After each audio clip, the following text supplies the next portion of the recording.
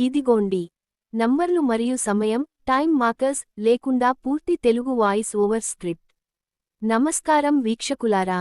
పొదరిల్లు serial కథ ఇప్పుడు ఒక అత్యంత ఆసక్తికరమైన, ఉత్కంఠభరితమైన మలుపుకు చేరుకుంది. ప్రతి క్షణం కొత్త సస్పెన్స్, భావోద్వేగాలతో సాగుతోంది.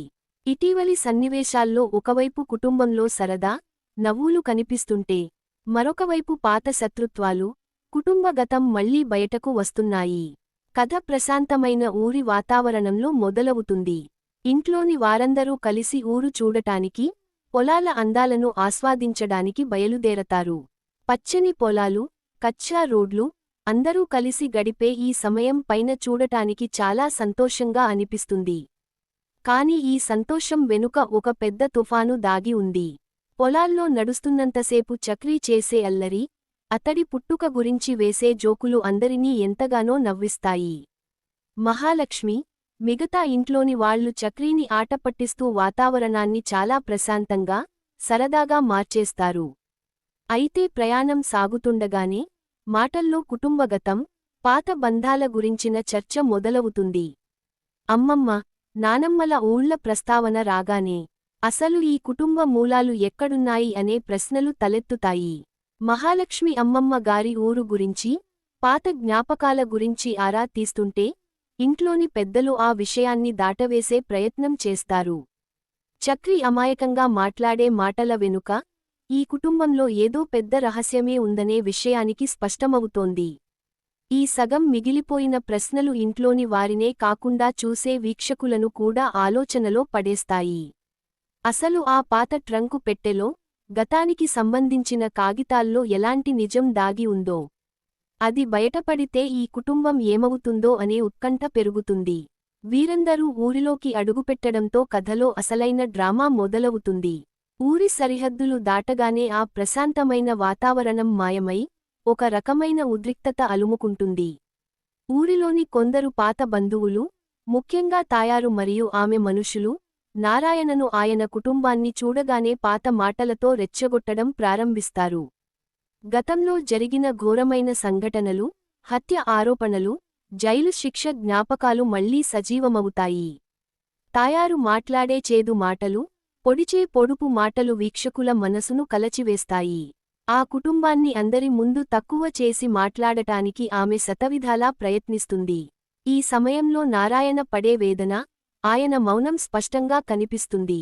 చేసిన పాపాలు కడుక్కోవడానికి ఆయన ఊరికి వచ్చినా, ఊరి జనం మాత్రం అంత తేలికగా క్షమించేలా లేరు. ఈ గొడవలు, గందరగోళం మధ్య కథ ఒక ఆధ్యాత్మిక మలుపు తిరుగుతుంది.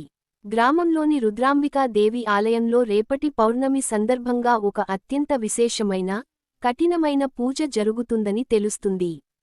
పూజారి గారు మాట్లాడుతూ, ఇది చాలా పవిత్రమైన రోజని, అమ్మవారి దయ వల్లే వీరందరూ సరిగ్గా ఈ సమయానికి ఇక్కడికి వచ్చారని చెప్తారు.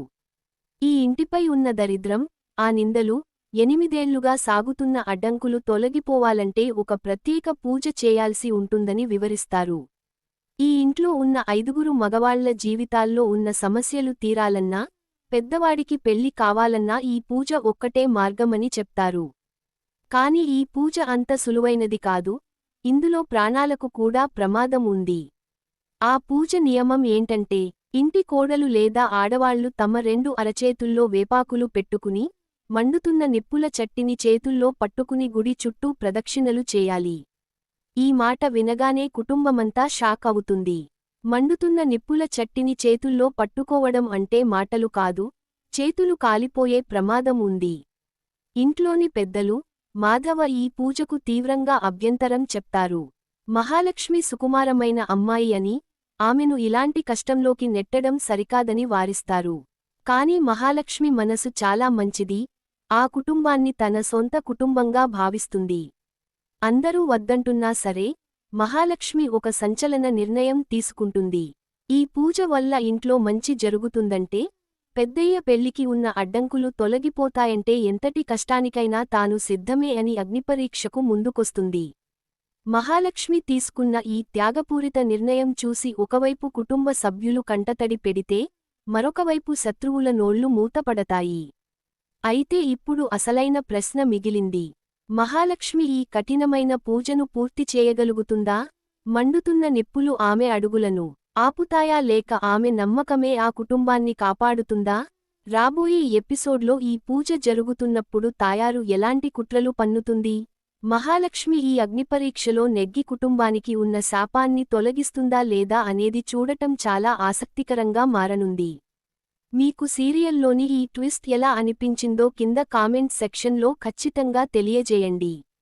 అలాగే ఈ వీడియోను లైక్ చేయండి, షేర్ చేయండి మరియు మరిన్ని అప్డేట్స్ కోసం మా ఛానల్ని సబ్స్క్రైబ్ చేయడం మర్చిపోకండి. ధన్యవాదాలు.